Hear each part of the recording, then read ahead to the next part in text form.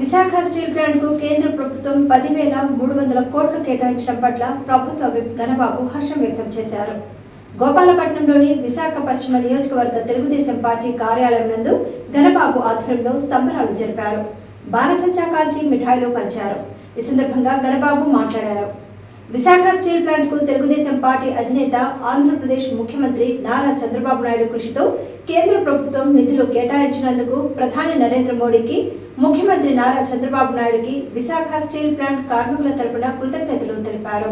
Visakha steel plant కార్మికులకు శుభాకాంక్షలు తెలియజేశారు. ఈ కార్యక్రమంలో టీడీపీ వార్డు కార్పొరేటర్లు దాడి వెంకట రమేష్, బొమ్మిడి రమణ, విశాఖ స్టీల్ ప్లాంట్ కార్మికులు, టీడీపీ, బీజేపీ, జనసేన నాయకులు, కార్యకర్తలు తదితరులు పాల్గొన్నారు. విశాఖ ఉక్కు ఆంధ్రుల హక్కు అనేటువంటి ఒక నినాదం, ఒక సెంటిమెంట్ ఎంతో మంది త్యాగతనుల కారణంగా వచ్చినటువంటి ఒక పరిశ్రమ తర్వాత కాలంలో ఒక సెంటిమెంట్ అయ్యింది చెప్పాలనుకుంటే తెలుగు వారు అందరికీ కూడా.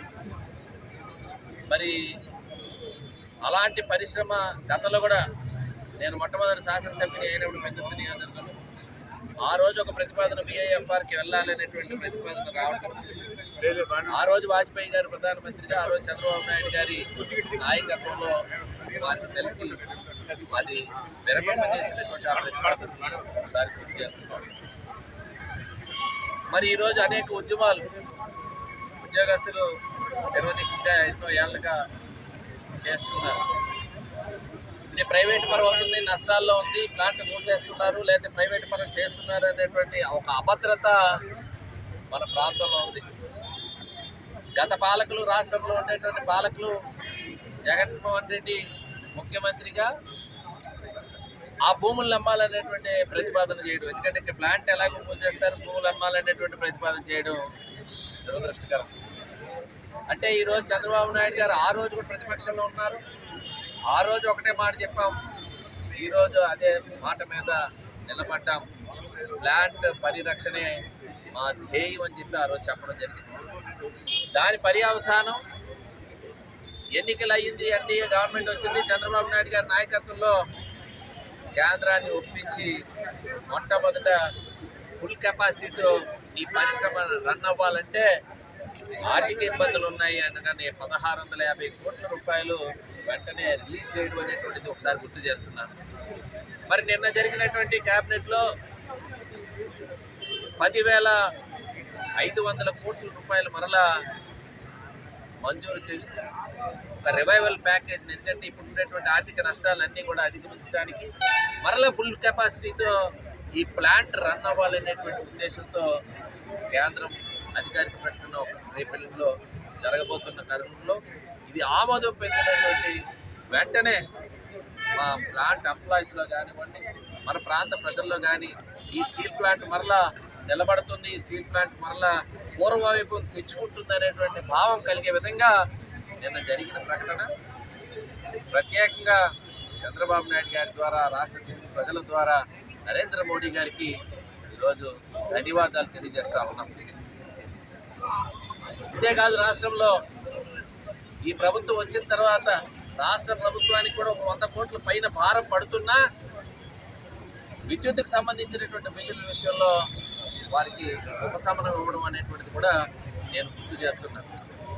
రాష్ట్రంలో అనేక అంశాలు ఈ రాష్ట్రానికి గత 5 ఏళ్లలో పూర్తిగా సర్వనాశనం చేశారు. అన్ని వ్యవస్థలు కూడా కుప్పకూలిన పరిశ్రమలే కాదు, పోలవరం లాంటి ప్రాజెక్టు ఆపేశారు, అమరావతిని ఆపేశారు, పెట్టుబడిదారులు ఇక్కడి నుంచి పారిపోయారు, కొత్త పెట్టుబడిదారులు ఎవరు కూడా ఈ రాష్ట్రం వైపు చూసిన పరిస్థితి లేదు. ఇటీవల కాలంలో ప్రధానమంత్రి నరేంద్ర మోడీ గారి చేతుల మీదుగా విశాఖపట్నం వేదికగా అనేక పరిశ్రమలకి శంకుస్థాపనలు జరిగినాయి.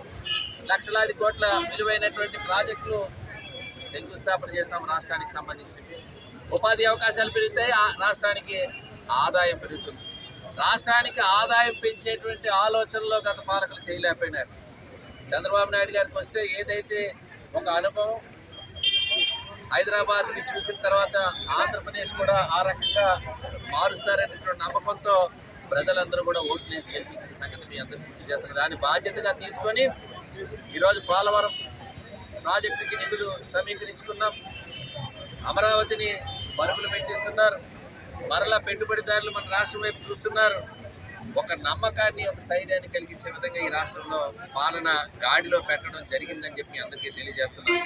విశాఖపట్నం స్టీల్ ప్లాంట్, వెంటిలేటర్ పైన ఉన్నటువంటి స్టీల్ ప్లాంట్ ప్రభుత్వం రాగానే 1650 కోట్లు ఇచ్చి ఆక్సిజన్ పైన వచ్చేటట్టుగా చేశాం.